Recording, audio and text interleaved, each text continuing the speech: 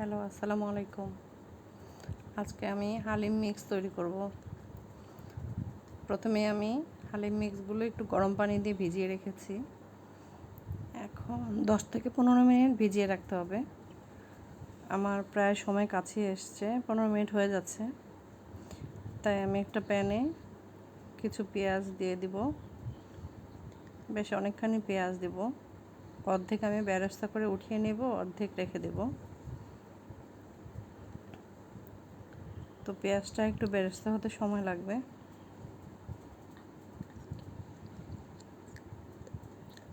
এর মধ্যে আমি গরু মাংসটা আমার আগে থেকে রান্না করে রাখা ছিল, আমি দিয়ে দিলাম পেঁয়াজের মধ্যে। অর্ধেকটা আমি উঠিয়ে রেখেছি, অর্ধেকটা পেঁয়াজ আমি মাংসের মধ্যে দিয়ে দিয়েছি। এবার হালিম মিক্সের মশলাটা দিয়ে দিলাম মাংসের মধ্যে। দেখুন আমি বেরেস্তাটা উঠিয়ে রেখেছি। এখন মাংসের মধ্যে মশলাটা অনেকক্ষণ কষিয়ে নেব। ভালো করে কিছুক্ষণ কষিয়ে নিয়ে ভিজিয়ে রাখা হালিম মিক্সটা আমি দিয়ে দিব ডাল।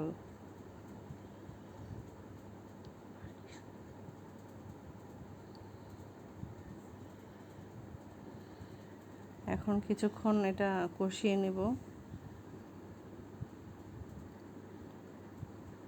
কষিয়ে নিয়ে আমি আরেকটু পানি দিয়ে ভালো করে জাল দিয়ে পানিটা শুকিয়ে নেব কিছুটা। দেখুন কি সুন্দর হয়েছে হালিমটা। কেমন লাগলো জানাবেন। আল্লাহ।